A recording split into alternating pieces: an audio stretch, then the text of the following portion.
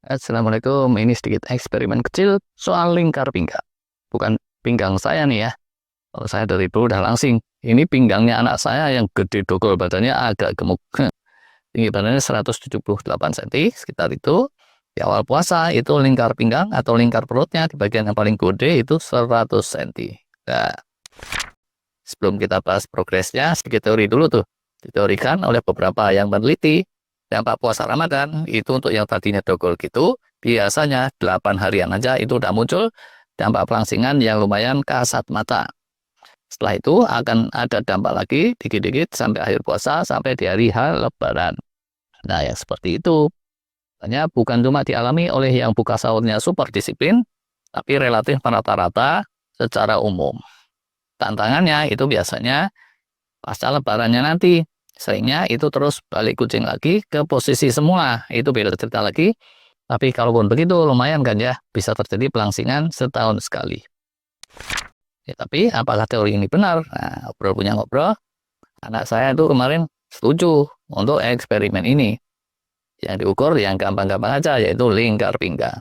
Kenapa sih yang diukur lingkar pinggang? Ini ada teorinya lagi nih.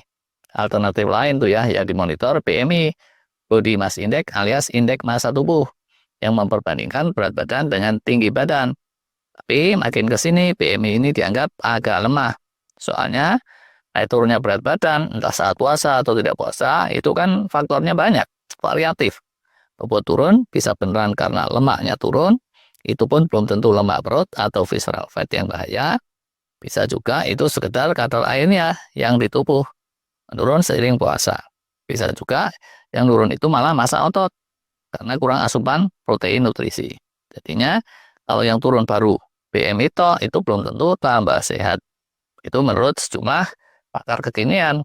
Sehingga mereka cenderung pakai rasio lingkar perut atau pinggang dengan tinggi badan untuk jadi tolok ukur sederhana yang lebih bermakna daripada BMI dulu pernah kita ulas. Rasio lingkar perut ini ada acuan umumnya juga, kira-kira seperti ini nih ancar-ancarnya. Pertama, dapetin dulu ukuran lingkar perut yang terbesar. Bisa pakai meteran tukang jahit atau apalah gitu ya. Terus dibagi dengan tinggi badan.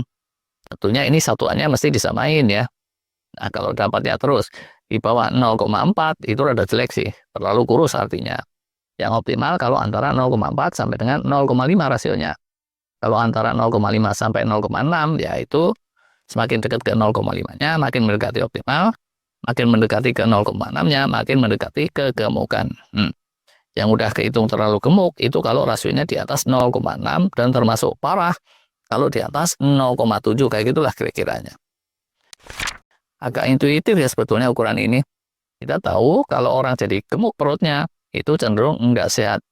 Kurus pun badannya, kalau perutnya buncit itu kelihatan enggak sehat sih. Itu sebaliknya.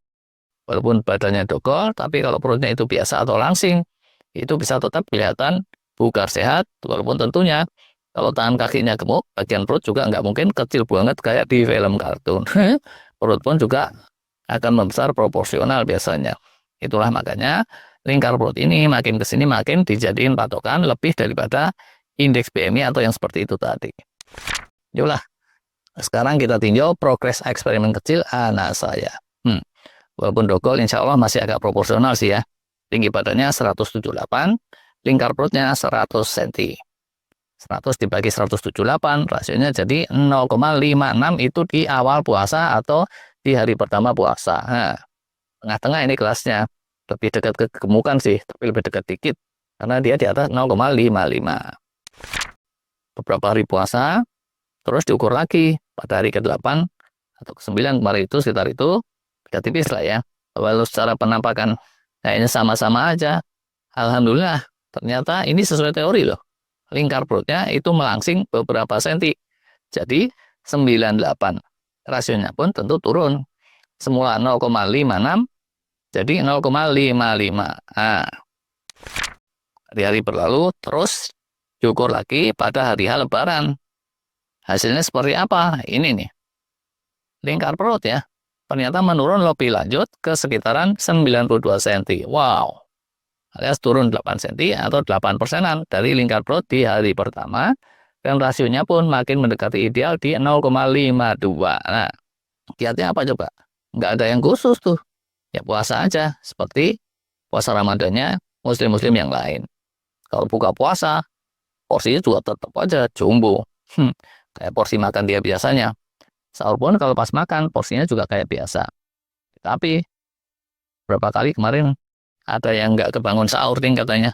Maklum lah ya, anak kos. Nah, ini mungkin berdampak juga. Ini bahkan lebih bagus ya dari yang diteorikan sama yang penelitian. Alhamdulillah deh. Itu kira-kira hasil eksperimen kecil-kecilan kami. Secara berat badan, pasti timbang itu bobot juga turun sih. Kemudian nih, untuk puasa syawalan, sepertinya ya, anak saya nggak niat ke situ. Namanya anak muda lah ya, harap maklum. Tantangan berikutnya itu sebetulnya nanti 2 bulan setelah lebaran, rasionya seperti apa. Mestinya ini nanti bisa kita ukur lagi. Kalau menurut teorinya, sepanjang pola hidupnya sama aja dengan semula, tidak lebih disiplin, tidak ada laku sehat apa gitu yang khusus, itu cenderungnya akan balik semula. Jarang ada yang bisa bertahan lebih dari 2 bulan. Ya, ternyata ya, tanda-tanda ke arah itu udah ada loh. Per seminggu setelah lebaran, kemarin itu iseng diukur lagi. Ternyata lingkar pinggang yang udah bagus-bagus di 92 naik lagi. Jadi 95. Belum parah balik ke 100 cm sih, tapi ya gimana? Wong pas mudik tiap hari sarapannya nasi pecel terus. Maknyus sih itu buat yang suka. Walah. Gitu deh. Izin nih pendek dulu.